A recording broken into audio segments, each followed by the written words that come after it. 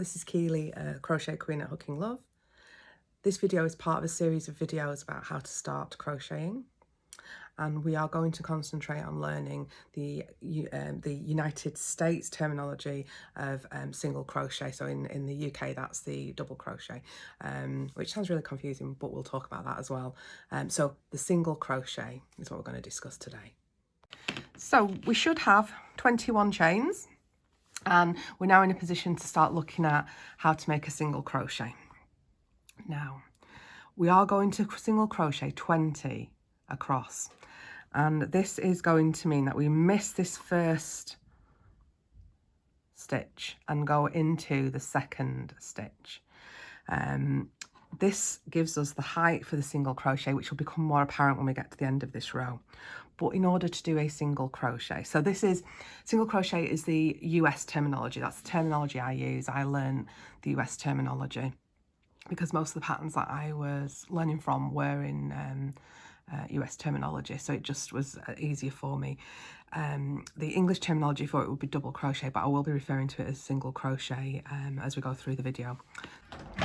Okay, so what we're going to do is we are going to this first one, going to the second one, and these are the back loops that we discussed earlier, and you are going to pull the yarn through. And what's going to happen is you're going to end up with 2 loops of yarn on the hook, and then you simply are going to yarn over that and pull through 2 of those, and that has now given you your first single crochet.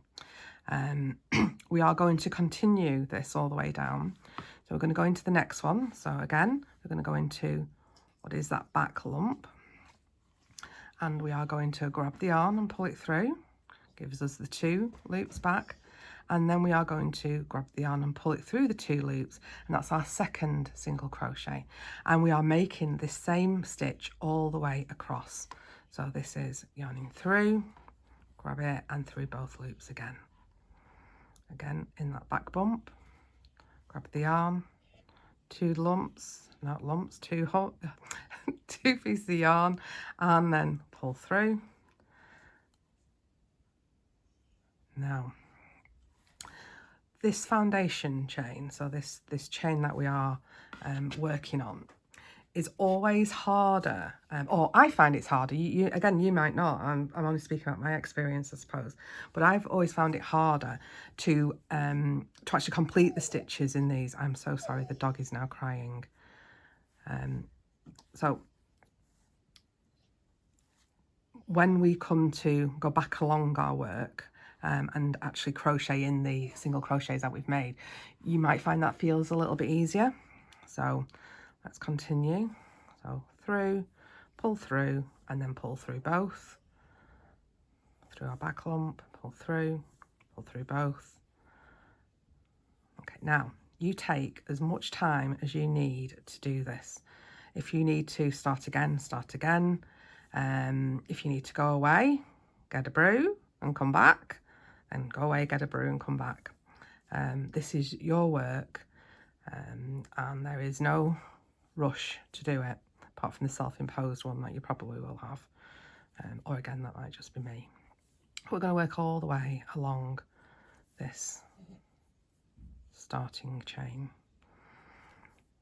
Okay. I'm hoping that you can see all these stitches. Now, we want 20. We want 20 stitches in each one of these rows. And one of the things that I found really difficult was to actually maintain the stitch count. So that's what that's called. The number in the row is the stitch count. I was either going into the wrong first stitch or not actually going into the last stitch. So we're going to talk about that a little bit as well as we go through. But for now, here you can see we have our row of 20 single crochets. So that's the height that it gives. So this first little bit here where we missed it, this is giving you the height to allow you to do the single crochets across without it pulling this piece of yarn tight and distorting the shape of your finished work. Okay, so that's why we do the chain at the beginning.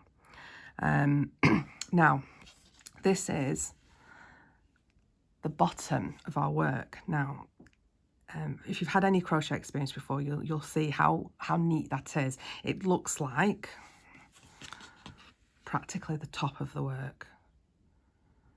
Okay. And this is what we're looking for. We're looking for these. Now, each one of these little V shapes is a stitch. So if we count these now to make sure we've got 20. 1, 2, 3, 4, 5, 6, 7, 8, 9, 10, 11, 12, 13, 14, 15, 16, 17, 18, 19, 20. That's a relief. There is indeed 20 there. Now, that is the front of your work. Now, to my eye, that looks nice and neat. And I can see that's what I would class as the front of my work. This is the back of the work. It looks a little bit more fuzzy. The stitch definition isn't quite as clear. So, for what we're going to do, we're going to go backwards and forwards. So what we're actually going to do is we're going to have the front of the work, and then as we work, the front of the work, and then as we work along it, we'll be working the other way. So you'll get a mixture of both front and back of the work. So the beauty of that from your point of view is there isn't really a front or a back to it. You can hold that piece of work either way without worrying whether I've got it the right way around or not. So we have now got our set of 20 single crochets in a line, and we are going to now work another 20, one on top of the others, all the way along. Okay, now this should feel somewhat easier.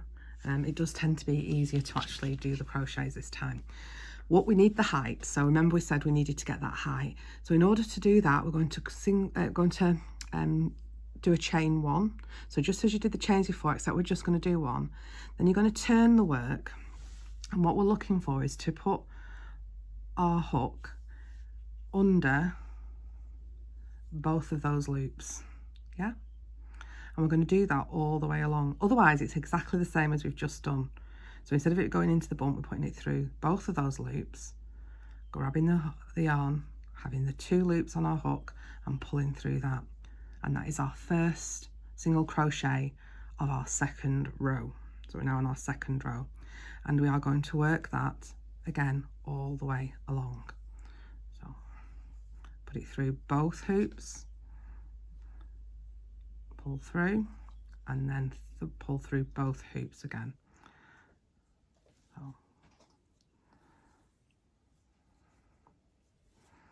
I'm going to do this all the way along. So this is no different in the stitch, with the exception of putting it through both loops rather than putting it through that bump. It's no different whatsoever. It's exactly the same stitch. Just going to get some more yarn again. Out of interest, if you want to know, I am using a Knit Pro Waves hook. So I have a set of these. My husband bought me them a long time ago, and I love them, but I have no affiliation with them. So it's just my personal choice. And the yarn that I'm using at the minute is called Stylecraft Special, and this is an Aran weight yarn, which goes nicely with this size hook. It's nice and soft, and it's not hugely expensive, so it's a great one for projects, particularly if you're wanting to use it. Okay, you can see that this work is curling up.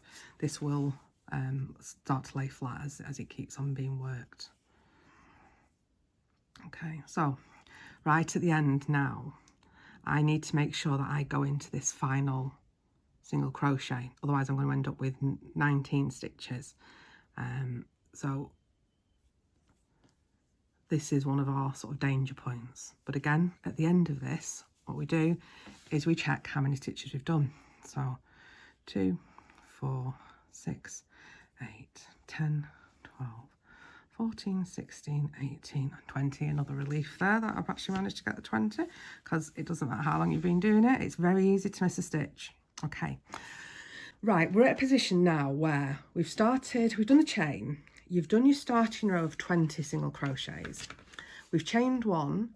What you now can do is continue in this vein. You have a number of things that you could actually make that would be useful.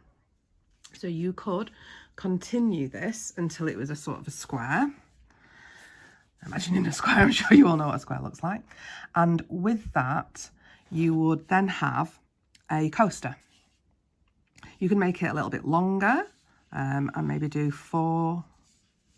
maybe 4 rows, 5 rows, and that could be a bookmark.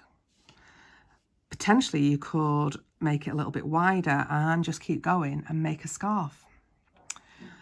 You could make it a lot longer, so going that way, and make a scarf so that the lines are going up and down the length of the scarf rather than across the width of the scarf. You could make it wider again and a square and make a placemat. If you have some cotton, you could make a flannel. So that there are a number of different things you could make with just this very basic starting stitch that will allow you to feel like you've made something practical and productive, which is the reason I started. Obviously, we don't all start for the same reason, but that was the reason that I started. I'm hoping that that's been useful for you. I would love to see anything that you managed to make from it. There's depending on where you're seeing this video, there'll be lots of different ways to do it. You can always send it through privately if you didn't want to send it through publicly. But I really do genuinely mean I would love to see you the work that you produce. So that is our single crochet. Thank you for taking the time to watch.